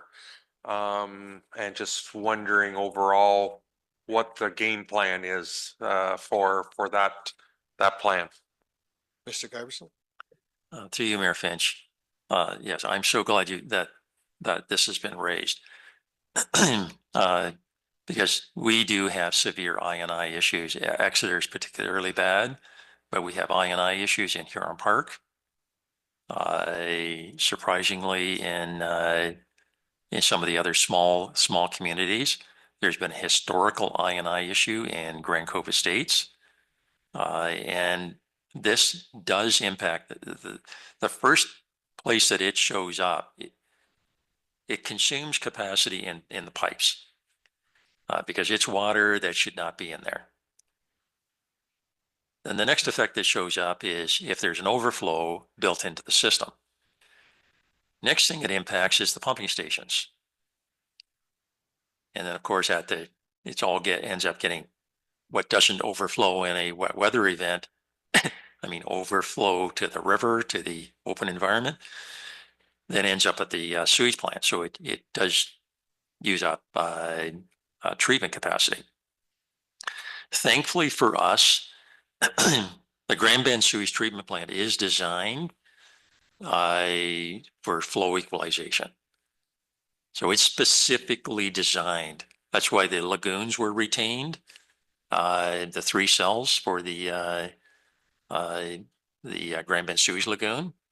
So it's for both peak shaving and for extreme wet weather events. So you don't overcapacitate the plant. It goes to and stored in those sewage lagoons. That's part of that plant design. The Exeter sewage lagoon is vulnerable to this, but they're big, huge open ponds and open cells. And it is susceptible to wet weather, but you get everything from evaporation to, you do get rain events that will contribute to the capacity there. But unlike a traditional mechanical sewage treatment plant where it's all going in there and it all has to be treated and there's no storage available, it ends up being a big headache. So it still is a problem at our treatment facilities, but nothing like what you hear in some of the larger centers. But it is, as we continue to grow, it does inhibit our capacity to grow. This is one of the wild cards that Mark was speaking to. With sewers it's like a living entity, and it's hard to kind of nail it down to that you can put this many more houses in it, because this is one of the variables. If you can reduce the I&I, then you can put more houses on. If you can't reduce the I&I, and maybe it gets worse, you get less houses on. So this is a big problem in Exeter, but it does exist in all of our systems. And this year we do have a multi-year plan a budget approved by council to do the I&I studies. And we've already completed part of it where we built a wastewater model so we can evaluate the system. So we paid money. Mike's not with us tonight, but he had to enjoy paying for half of it. Part of it. Hey, Mike, thank you. So between the building department and environmental services, they funded building this wastewater model. So that gives us the tool where we can evaluate the system. The next step is to calibrate the model. So to do flow monitoring. So some of the work this year we'll go out to RFPs to engage an engineer to start studying the I&I. But the logical next step is to start monitoring the system so we can determine where it's coming from. And if the assumptions we have are correct or not, starts validating, where the issues are. And then once you know where it is in the system, then you start then trying to tackle those issues. We're already aware that there's certain properties, I won't name them, but they have large flat roofs, and we already know that their roof drainage is integrated with their sanitary sewage. So once we can identify more of it, then we can then start addressing how that can be corrected. So that's the plan. Thank you, Mr. Giverson. Are there any other questions? Councillor Vaughn. Yes, on I&I. I'm very familiar with the words I&I when I'm looking at the Grand Bend sewage treatment flows, and I'm aware of the known issue in Grand Cove that's been there for a long time. But we're not planning any kind of I&I studying, if you will, in the Grand Bend area, are we? Mr. Giverson. Through you, Mayor Finch. We have indicated that the I&I is not restricted to Exeter. And I believe in our 10-year capital forecast, I believe it's South Huron I&I. So we're going to start in Exeter, but the plan is it's a multi-year plan. So we'll tackle the worst first and then move out from there. So some of the tools that can be used for a property like Grand Cove Estates, it's all private infrastructure. There isn't a municipal project that we can do to address it, but there are other tools, such as placing a surcharge on a property to get them to try to force them to address an I&I issue. If there's a special surcharge placed on a property that's got known excess like I&I. So we're starting in Exeter, but it is a multi-year plan. Alyssa's going to help me out here because I have very foggy view of that 10-year capital forecast, but is it out multiple years?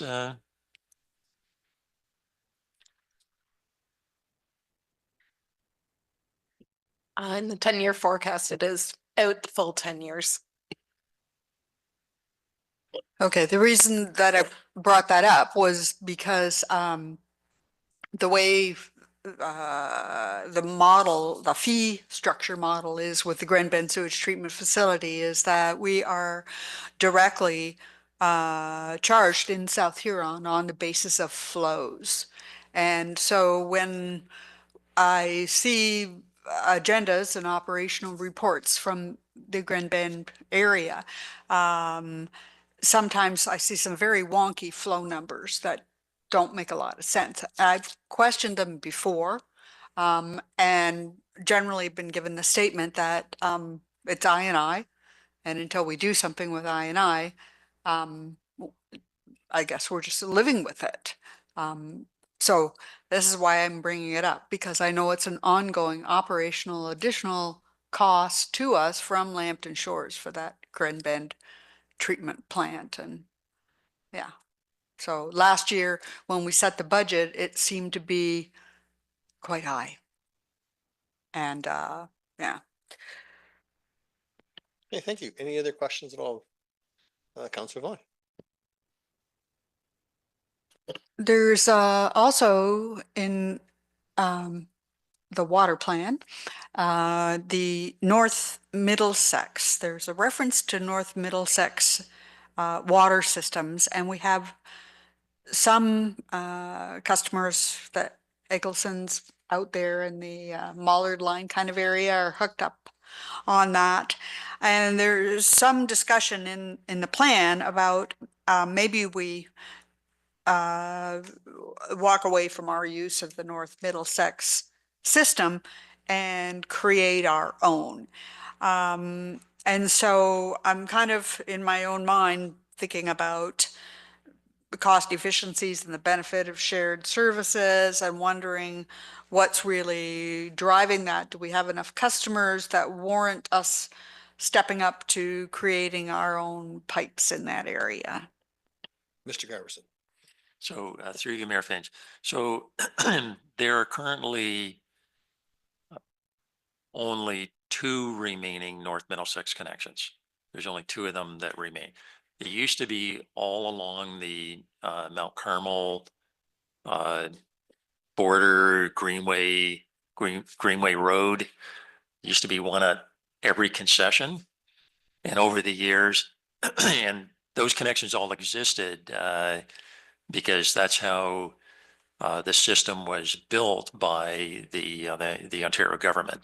They serviced in North Middlesex, which was McGilvery Township first, and they extended those water mains into Stephen before the Stephen system started to develop. So that's why they existed. People petitioned for water. The province didn't really care where it came from. They didn't really consider municipal boundaries. But over time, Stephen Township water system started to expand and grow, and then they grew together and were connected. And then there are issues with whose customers they are. So if you have a customer in another municipality, you have fewer tools to work with to try to recover if there's a non-payment, just for an example. And there's some other jurisdictional issues with operating water systems that are in another municipality. So they're generally not a desirable thing to do. So over time, this is all ancient history. So when the Stephen water system started to develop and they connected, they started moving. They kept the connection points, but they didn't need the feeds coming out of North Middlesex because they had their own feeds. And the North Middlesex agreement, they charge double. Where if you have your own pipe, the simple ones where you're just going up and down a concession, like Shipka Line, for example, Corbett Line, there's a few different places where as the Stephen system expanded, they went down the concession, connected onto what used to be a North Middlesex pipe, and then there was an agreement to transfer the ownership of the pipe to go down to the municipal boundary at Mount Carmel. And they kept the interconnect just in case there was a water outage and you wanted to backfeed across the border. But the North Middlesex lines were the oldest lines, and they leaked like crazy. There were lots of water loss. The last one that I tackled was on Corbett Line. So from the little village of Corbett up to Kirkton Road, the water losses were in excess of double what we sold to the customers. It was so bad. And so anyway, they were replaced and upgraded from the South Huron system. So where it made sense over time, the Stephen system just expanded. And then eventually these interconnects had no value at all. They weren't used as a backup because our system can sustain longer outages than the North Middlesex system can withstand an outage. We can go 5 days without water supply. North Mid typically can't go much more than a day. So all these connections over time have been eliminated except for two. So we have one that's in the village of Greenway. So it's at Bullock Line and Greenway Road, where the systems are tied together. So north of that connection, so up Bullock Line, up Grand Bend Line, it's all fed from South Huron. We never opened that connection.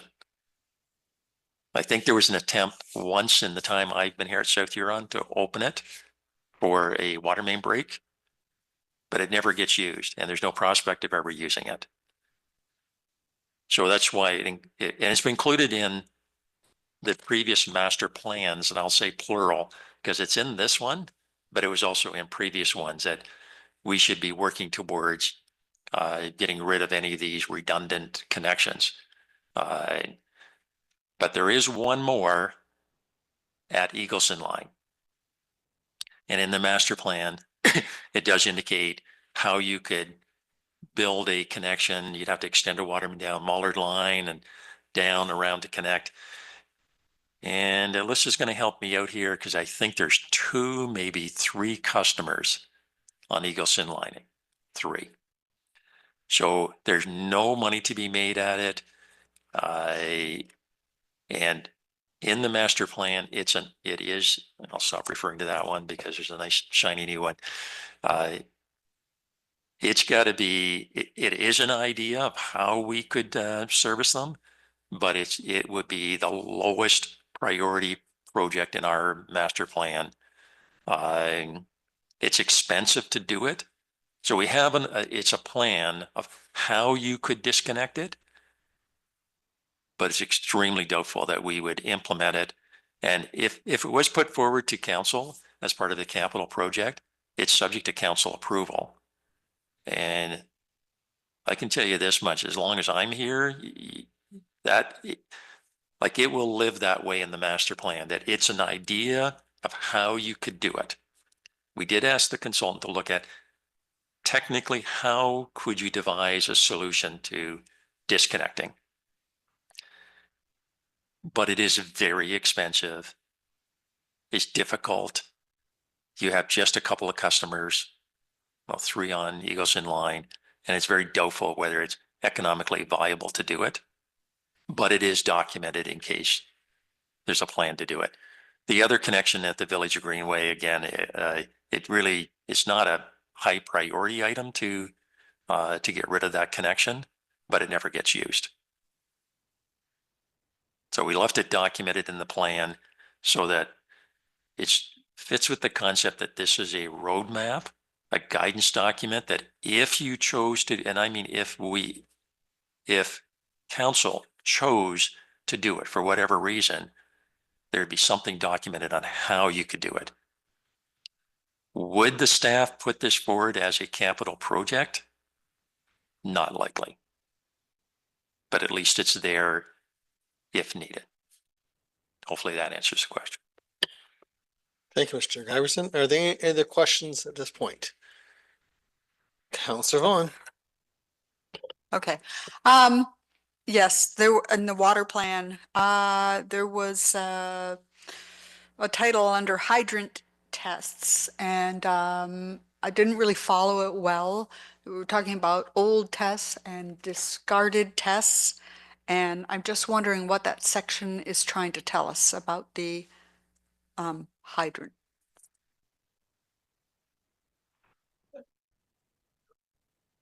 Mr. Iverson. Need a break? I need You're a to get another star. glass of water here. Through you, Mayor Finch. I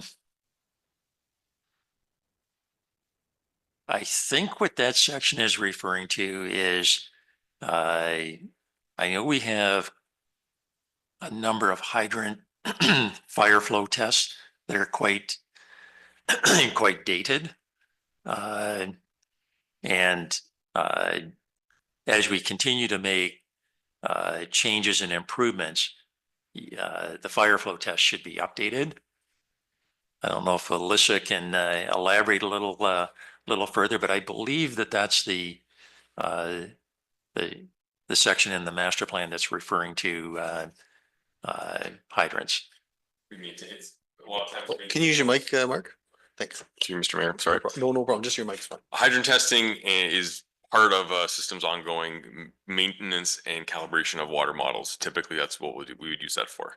So we have the tool, we have the wastewater tool, the water tool, and you'll want to know if what you're representing in the hydraulic modeling tool is accurate. So usually you will do a pretty, you regularly do calibration and validation of your models. And how you do that is through pressure testing and hydrant testing. And I believe that's what the main purpose of that would have been, but we can reconfirm that for you if you like. Counselor Vaughn. Yes, so the thought that came to my mind when I was reading that and trying to understand what it was telling me was, are we in good shape for fire protection? Mr. Iverson wants that one. Through you, Mayor Finch. When they say, the proof in the pudding, you look at the percentage of capital projects.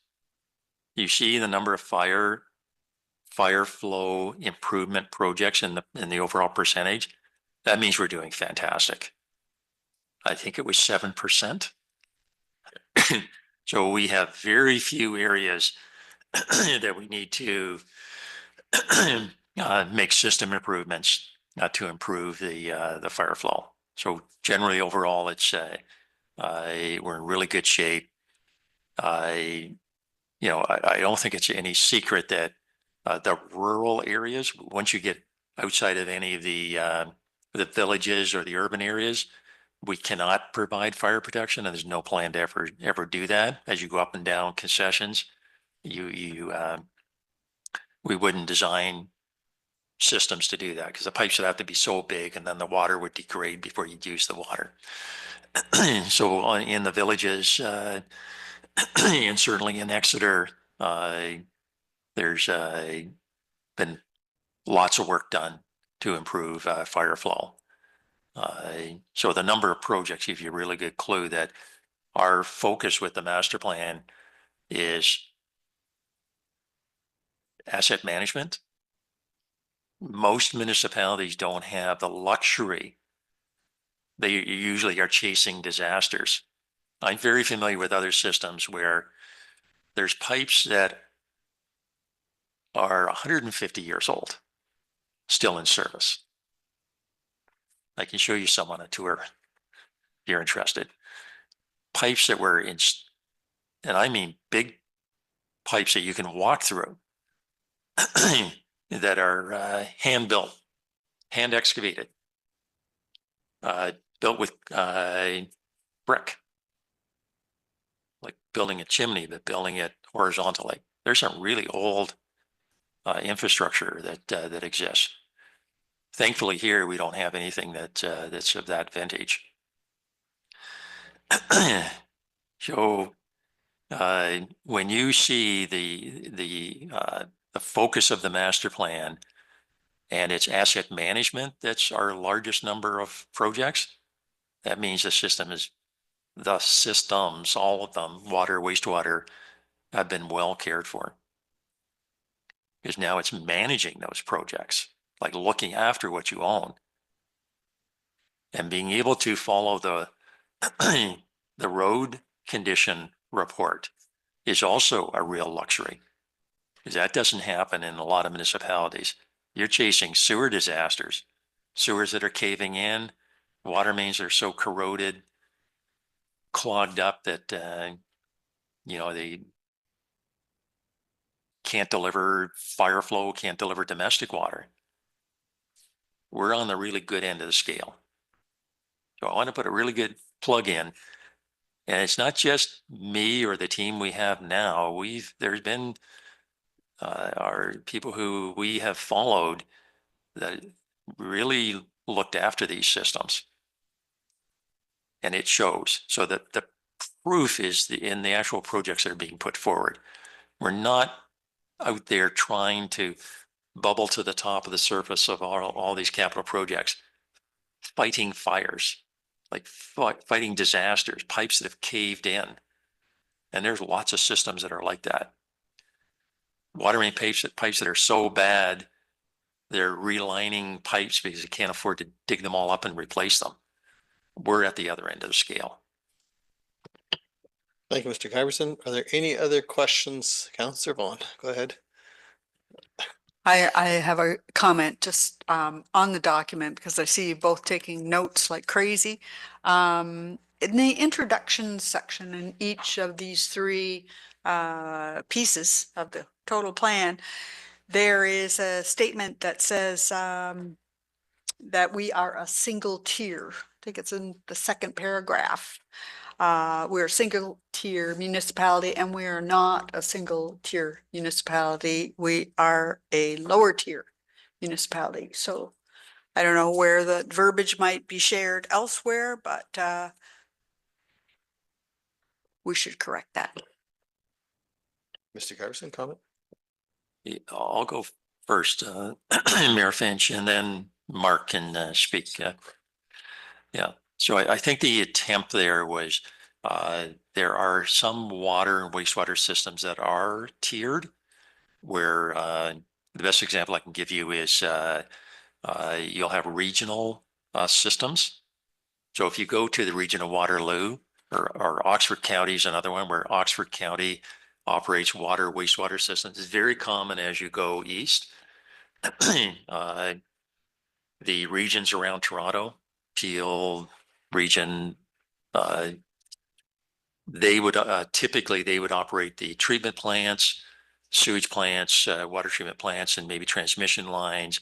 And then the lower tier, which would be at the municipal level, they handle the distribution systems and the collection systems and deal with the customers. I think that was what was behind.